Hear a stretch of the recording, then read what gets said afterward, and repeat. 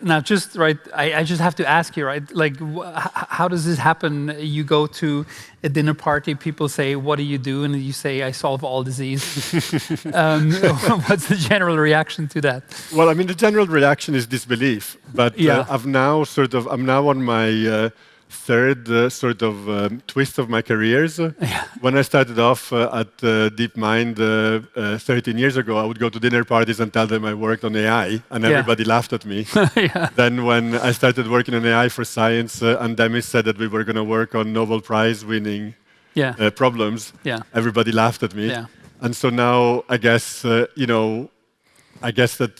I'm okay with people having a laugh. That's good. And the others, we were, of course, it was great that you succeeded. If you succeed at this one, of course, that's a totally different magnitude level. Like, I mean, when you discuss this also internally, I mean, I guess it's more than just marketing. What's the pathway, and what are the timelines that you envision there? So, I think there's like a distinction in my mind a bit between like a guiding principle, solving all disease, to actually solving all disease. It doesn't happen in a day. It happens one project at a time. But I think the thing which is an important guiding light for us is that we don't want to over-focus on one particular indication. Yes, of course, we have drug discovery scientists, and they work on projects, and they are focused on their target of interest. They're focused on the indication that they're working on. But as a sort of for me as a machine learning scientist, I don't want to kind of special case everything. We want to develop an approach and a method which, at least in principle, could generalize to other things. And we're obviously we're not starting. We're starting from a finite number of indications and diseases, and we're learning from that, so to speak. But I think in everybody's minds is the idea that you need to be able to sort of scale things up. You will need to be able to do things in a way which gets you closer to that goal. Yeah.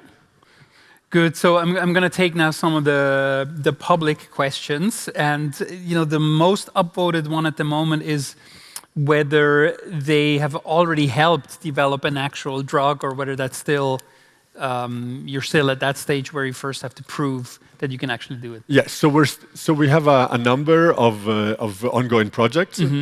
Some of them are our internal projects, and some of them we're carrying out in partnership with pharma companies.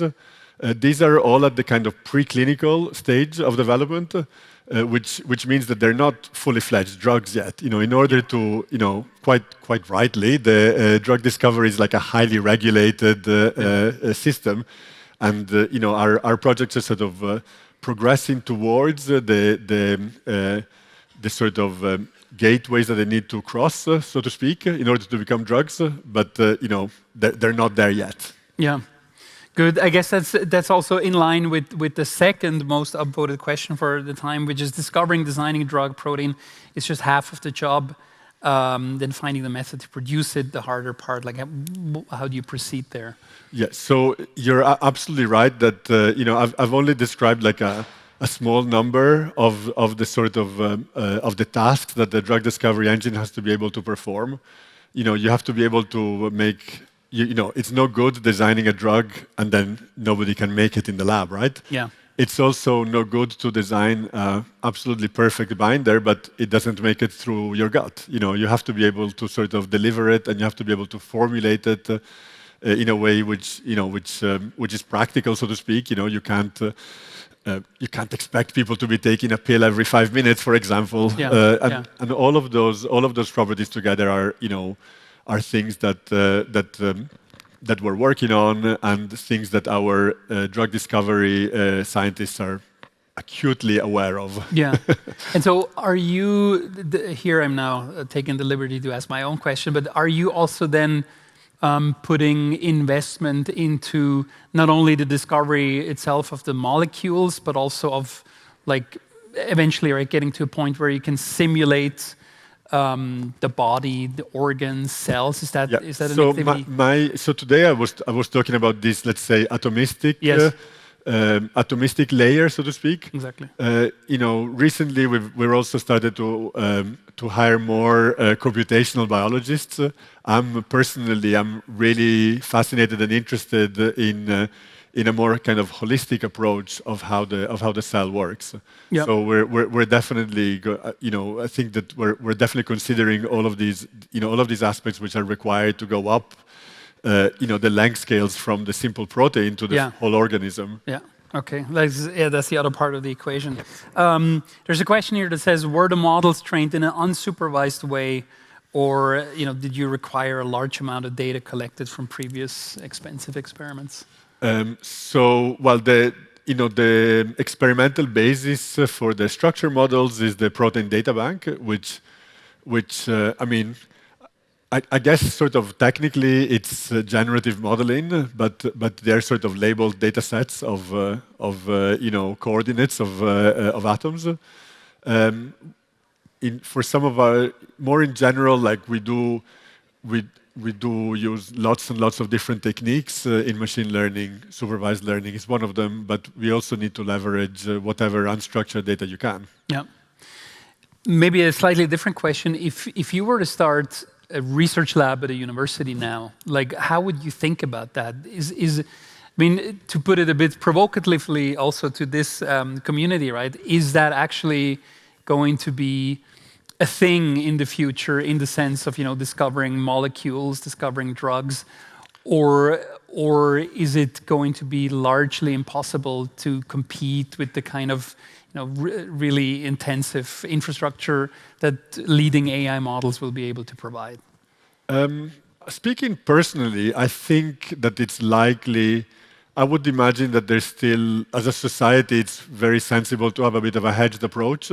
Yeah. Like some of the research that you can do at a frontier AI lab, that allows you to do certain types of research, often, involving like large amounts of infrastructure, often sort of, and that has its own sort of biases in a way where I believe we're very innovative and we come up with lots of interesting ideas, but I would say, it's a kind of constrained creativity where it has to be focused on a particular goal. Mm-hmm. And to me, like the opportunity of sort of freedom that you can have in an academic institution is very important. Yeah, yeah. Good. Then going on to the other questions. So, can you maybe mentioned it before, but what's your estimated sort of timeline for clinical trials? Because as we understand it, right, that will still be one of the limiting factors, because you kind of have to wait for things to happen in the body, yeah. which is going to slow you down in a certain sense. Yes. So I don't think anybody's sort of suggesting that we cut corners. Yeah. For very good reasons. The drug discovery is it's regulated the way it is for excellent reasons. And I'm probably not the most sort of expert person at describing the process in detail, but you need to even before you get to phase 1 clinical trials, you need to have a very comprehensive package on a molecule showing that you have good reason to believe it's safe to give to an individual. Yeah. And then you have several rounds of clinical trials, phase 1 and phase 2. Yeah. And we're obviously going to do our best to progress. All our internal projects will do their best to progress as quickly as possible. We've hired a fantastic chief medical officer who's expert at running clinical trials and whatnot. But I wouldn't say it's the area personally. I don't know that this is maybe the area where you want to do most innovation. I think it's good to we're more than happy to. And speaking of innovation, like from a technical AI perspective, what would you consider the biggest challenge today that you're currently tackling with? The biggest challenge broadly in drug discovery? Yeah, just from an AI perspective. I think that I can maybe say like my personal interest would be like working more on really trying to understand the efficacy.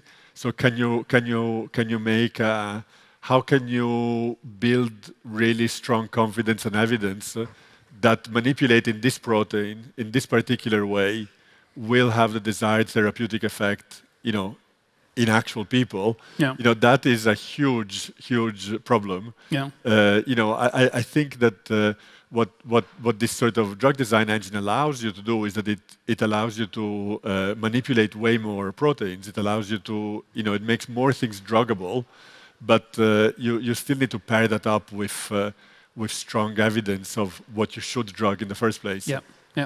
There's some technical details question. I'm sorry, I'll have to skip this because we just have 1 minute left. Maybe 2 questions briefly.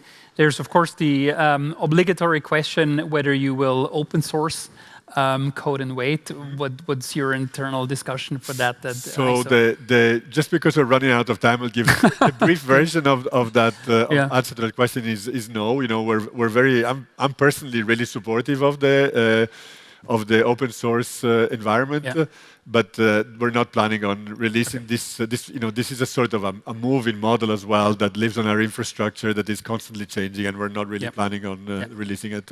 Makes sense. Maybe last question in the final 25 seconds. So you're a first author of the first AlphaFold paper. Yeah. Have you, in the same way that many of us, working on this stuff, have nevertheless been completely surprised by the speed with which everything happened at the end. You were at the pole position there with AlphaFold 1. Are you still looking at AlphaFold 2 and 3 and your mind is blown, or is it basically going as expected? I think, honestly, if I'd known that AlphaFold 2 was going to be how it was going to be, I probably would have stayed working on the project. Okay. That's a great answer. Good. Thanks very much, James, for being here. And thanks a lot. Thank you. Wishing you all the best in that mission. Thank you.